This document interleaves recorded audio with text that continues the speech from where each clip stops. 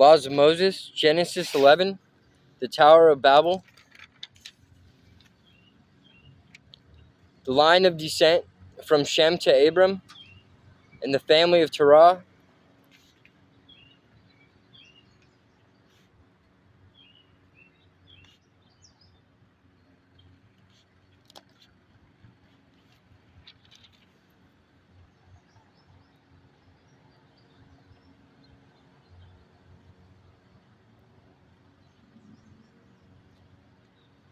Tower of Babel. At one time, all the people of the world spoke the same language and used the same words.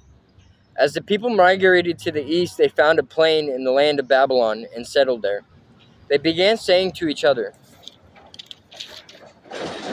"Let's make bricks and harden them with fire." In this region, bricks were used instead of stone, and tar was used for mortar. Then they said, "Come, let's build a great city for ourselves with a tower that reaches into the sky. This will make us famous and keep us from being scattered all over the world." But the Lord came down to look at the city and the tower the people were building. "Look," he said, "the people are united, and they all speak the same language. After this, nothing they set out to do will be impossible for them. Come, let's go down and confuse the people with different languages. Then they won't be able to understand each other." In that way, the Lord scattered them all over the world, and they stopped building the city. That is why the city was called Babel, because that is where the Lord confused the people with different languages. In this way, he scattered them all over the world.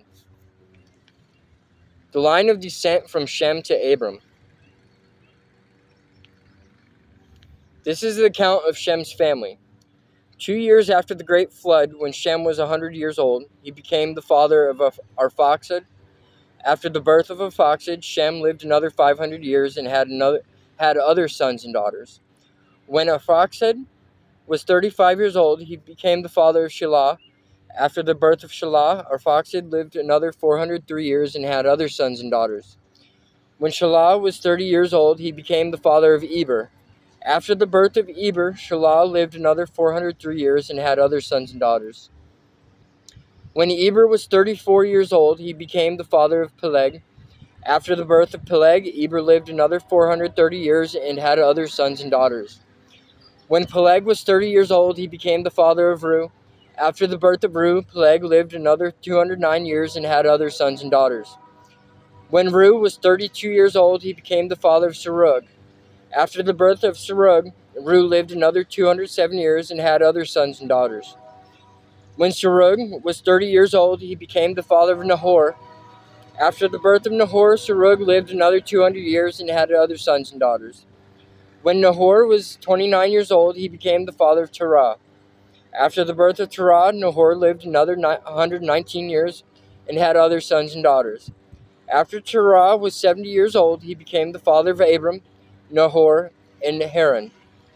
The family of Terah. This is the account of Terah's family. Terah was the father of Abram, Nahor, and Haran. And Haran was the father of Lot, but Haran died in Ur of the Chaldeans, the land of his birth, while his father Terah was still living. Meanwhile, Abram and Nahor both married.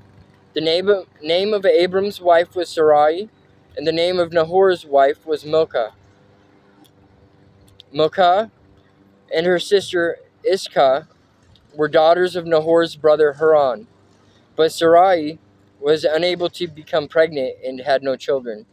One day Terah took his son Abram, his daughter-in-law Sarai, his son Abram's wife, and his grandson Lot, his son Haran's child, and moved away from Ur of the Chaldeans.